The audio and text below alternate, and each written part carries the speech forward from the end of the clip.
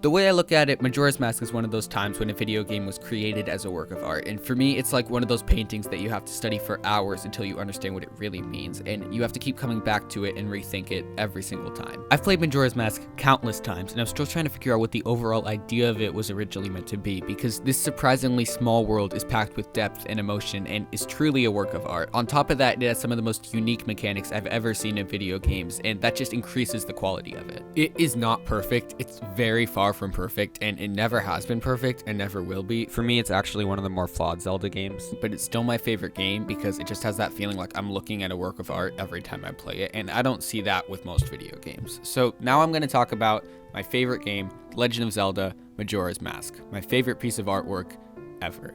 And it's going to be hard because there are many things that I like about this game. I think it's just a really fun game in general, and I'm going to try to cover as much as I can. So let's just start. Let's try to do this. In the land of Hyrule, there echoes a legend held dearly by the royal family that tells of a boy who, after battling evil and saving Hyrule, crept away from the land that once made him a legend. Done with the battles he once waged across time, he embarked on a journey, a secret and personal journey. A journey in search of a beloved and invaluable friend. While many Zelda games start with a loud, overwhelming beginning, Majora's Mask starts with a quiet walk through a silent forest. There's barely even any music playing. It's just Link and Epona looking for a long-lost friend, Navi. Spoiler alert, they never find her because the first lines of the game state a message that is so irrelevant that it's never mentioned again throughout the entire course of the game. And I think that's really interesting. It's like the events of what happened to Link in the beginning of the game interrupted the events that were going to take place. Or I'm just crazy, I really don't know. But that's the main start of the game. You're traveling through the forest, looking for Navi, and everything changes as soon as the Skull Kid comes into the picture. And it normally doesn't happen like that. Everything gets thrown off course. Absolutely everything. Because of the Skull Kid. The Skull Kid is this guy who plays a little trick on you and your horse with his fairies. You get knocked out, get your ocarina stolen, wake up, do some cool flips, and fall down a hole. That is genuinely the only things that happen, and those events right there are what changed the entire course of the game. Whatever was going to happen on the surface stopped happening as soon as you fell into this hole. It all stopped. But it didn't end there because you're immediately turned into a Deku Scrub by the Skull Kid. And let's just slow down for a minute. This is insane. This is probably the only game I've ever played where they introduce the gameplay for a character and then destroy it. They say, here's what it's like to play as Link. Check out this gameplay. Check out these cool flips. But screw you. You're playing as a Deku Scrub now. Check it out. You can twirl. On top of that, your horse is gone and you're left in the middle of nowhere. And that right there was enough to make me want to stop playing the game the first time I ever started. I had just finished playing Ocarina of Time and like, what just happened? Why aren't we playing as Link anymore? We were a few seconds ago, and it really did just feel like the game hated me. And they do this a lot throughout the entire game. It's like the entire game is just against you and wants you to fail. But I kept playing it nevertheless. Clock Town. I didn't know what to think the first time I explored this town. I was so confused. Right after the quick talk with the mask salesman and the dawn of the first day, you end up here. The most noticeable thing right away are the people. They're all the same from Ocarina of Time, but some of their personalities are switched. The two guys who argued with each other in Ocarina of Time are best friends now, and the Carpenter brothers are hard at work rather than just dancing around. On top of that, all of the colors are strange and neon. There's this really weird postage system, and oh yeah, the moon. This feeling right here is something I would give anything to experience again, because I think I probably could have enjoyed it so much more looking back. The happy mask salesman says he'll be gone in 3 days and doesn't give you an explanation as to why. And when you walk outside, there it is, the moon, looking down at you. As the days go by, it begins to move closer and closer to land until the final day when it just crashes down on you. Just that feeling of having no idea what was going to happen in a world that seems to be designed for you, but also seems to be trying to kill you, is just insane to me. In those first few days in Clocktown, the game gives you nothing in every way, especially with the story. It's what makes the game so mysterious and is, in my opinion, the hardest Zelda game because of it. I've also heard people say it's the worst Zelda game because it lacks so much explanation. It doesn't tell you anything. It just says, here's your objective, go. You walk around, meet new people, get tortured by dogs, get a moon tear, and eventually get access to the tower. After waiting till the third day, getting your ocarina back, playing it to turn back time, and finally turning back into normal, you're off to 4 places: swamp, mountain, ocean, canyon. The vibes for the rest of the story, or in other words, these 4 places, are so different from literally every other part of this game. And here's the thing. The main dungeons and pretty much everything that happens outside of Clocktown is very messy. It's not perfect, it's very far from perfect, and they don't really have anything to do with the main topic in the game. Every part of the world is sort of its own story and can fall off course a lot.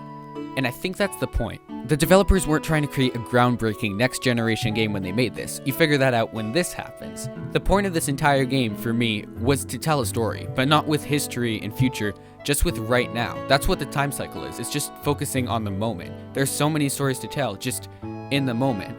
And that's sort of why there's never actually a story going around. It's just you exploring a world without an actual structure of story, just the idea of a story. It's just what's happening. So yes, sometimes it isn't amazing, but I don't think it's really supposed to be because you're just in a world on your own. Now let's talk about how hard this game is. I've never played a game that destroyed and beat up the main character as much as Majora's Mask did, especially when it's Link we're talking about. The world is literally against you in every way and keeps trying to drag you down. This, for me, is why everything is so hard, and it's like the hero of time is no longer strong enough. You have to collect different masks and turn into different people in order to match the difficulty of this world and somehow manage to stop the moon from crashing down on you. And this is very interesting because Link literally has to turn back time in order to do this. 3 days just isn't enough. He has to have more time. Otherwise, this task is impossible. And I think that's why the hero of time is the only person who is able to stop the moon from falling. So, like I said before, you collect masks. There's 24 masks in the game, and 4 of them allow you to play as completely different characters. You get the first one after playing the Song of Healing on yourself and turning back into human, and the rest are collected after playing the Song of Healing for other people and pretty much collecting their souls before they die. That might not be accurate, but still. By having their souls, you can now transform into their figure. By the end of the game, you're able to play as Goron Link, Deku Link, and Zora Link. And yeah, you can play as Giant Link and an Almighty God, but they're not important. The point is, you use these 3 characters to complete the parts of the world you need to, going back to the idea that Link just wouldn't be able to do it without these masks. It can be very weird playing as these characters, and some people don't like the game because of it, because it's just weird and the gameplay is sort of messed up, but I think it's part of what completes the story. So even though this is probably one of the shortest Zelda games, I spent the most time with it because it took me forever to complete the story. I ended up stopping like right after traveling to the mountain to collect every mask I could, and I kept getting distracted. And it was because of the masks. These are optional with the exception of a few that are just collected throughout the story, but for the most part, you use them for side quests. The side quests are so insanely amazing in this game because no other Zelda game has the opportunity to be able to create such immersive stories with a timeline like this one. When you play through these side quests, they're so heavily based on emotion, even if they're the really quick ones. They're based on emotion because the characters have the time to be able to evolve as the days move on, especially with the moon slowly driving everyone crazy.